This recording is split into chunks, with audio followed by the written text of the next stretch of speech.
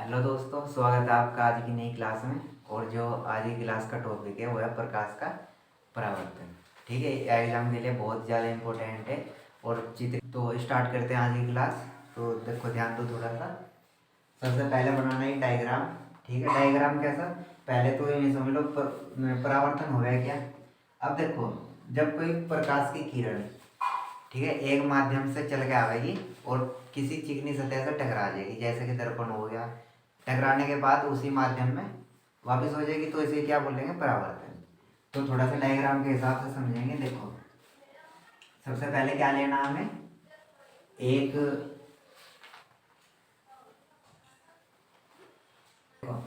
एक हमें पृष्ठ लेना। पृष्ठ बोल लो या तल बोल लो, ठीक है। इसके एक साइड क्या होगी? पोलिस। इस पृष्ठ की एक साइड क्या होगी? पोलिस होगी, ठीक है। और दूसरा तल होगा इसका परावर्तक तल, जैसे घर में हमारे शीशा हो गया चेहरा देखने का, सेम ऐसा।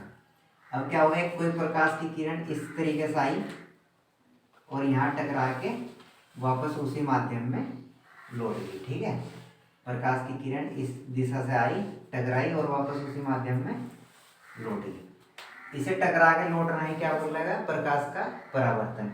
अब थोड़ा सा ध्यान दो कि जो किरण आ रही प्रकाश से, ठीक है, यानी कि सूर्य से कुछ भी सोर्स हो, उसे बोल लेंगे आपतित किरण। क्योंकि आ रही तो आने का मतलब क्या होगा?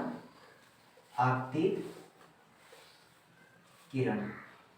तो यहाँ आपतित किरण होगी और टकराने के बाद जो परावर्तन हुआ, इसे बोलेंगे परावर्तित किरण।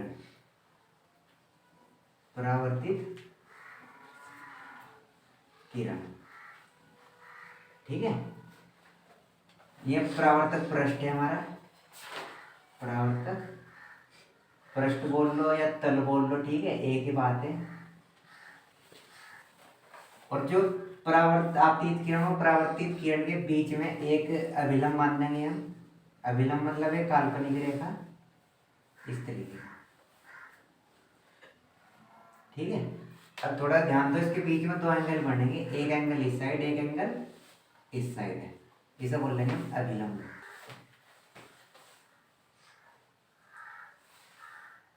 अभिलंब। अब देखो, आपतित किरण और अभिलंब के बीच में जो एंगल बनेगा, आपतन कोण बनेगा, वो इसे डिनोट करेंगे आई से।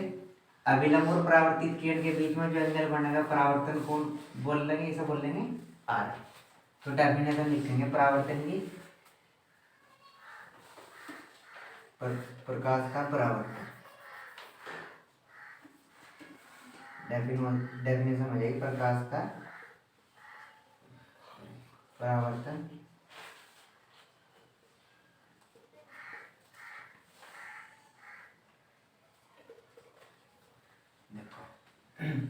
जब कोई प्रकाश की किरण किसी परावर्तक तल से टकरा कर वापस उसी माध्यम में लौट जाती है, इसे क्या बोलेंगे? प्रकाश का परावर्तन।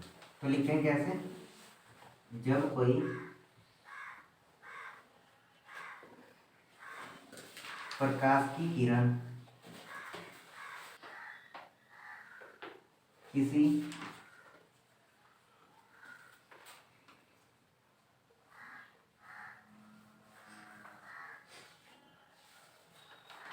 परावर्तक तल से, ठीक है, परावर्तक तल से टकराती है, तो वापस उसी माध्यम में लौट जाती है। तो वापस उसी माध्यम में लौट जाती है।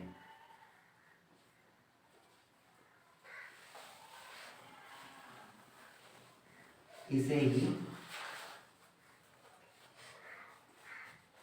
प्रकाश का परावर्तन कहते हैं। परावर्तन कहते हैं, ठीक है। यानी कि जब कोई प्रकाश की किरण किसी माध्यम से आवेगी और परावर्तक तल से टकरा के वापस उसी माध्यम में लौट जाएगी, तो उसे क्या बोलेंगे? प्रकाश का परावर्तन।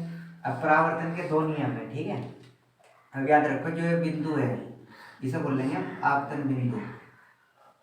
आपतन बिंदु, अब देखो इसके कितने नियम होंगे, 2 नियम। एग्जाम के लिए बहुत इंपॉर्टेंट है प्रकाश का परावर्तन भी और उसके नियम भी। तो देखो पहला नियम क्या होगा, नियम नंबर 1। तो पहला नियम लिखेंगे हम। पहला नियम होगा कि जो आपतित किरण है और परावर्तित किरण है और आपतन बिंदु पर अभिलंब, तीनों के तीनों ये एक तल में होंगे। ठीक है, कैसे लिखेंगे, आपतित किरण, परावर्तित किरण और आपतन बिंदु पर अभिलंब, तीनों एक तल में होंगे या एक पृष्ठ में होंगे। तो इसे लिखेंगे हम, आपतित किरण व परावर्तित किरण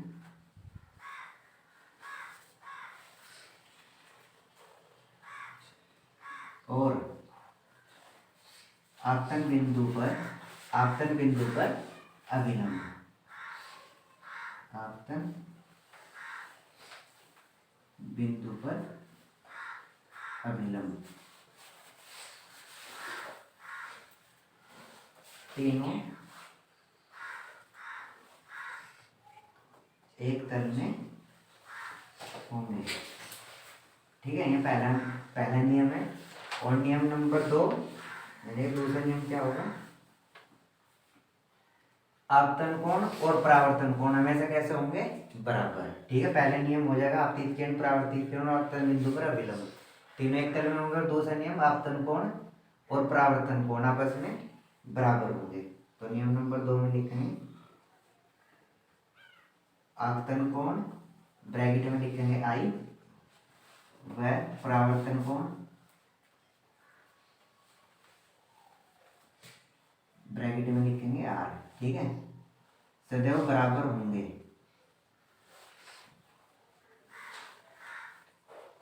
सदैव बराबर होंगे। तो जब आई बराबर होगा किसके, आर के, यानी कि आपतन कोण बराबर होगा परावर्तन कोण। प्रकाश के परावर्तन के 2 नियम होंगे, पहला नियम भी लिखवा दो और दूसरा नियम भी। तो आज के लिए वीडियो में इतने। अगर वीडियो अच्छी लगी हो तो प्लीज़ लाइक कीजिए, शेयर कीजिए, चैनल को सब्सक्राइब कीजिए। Thank you.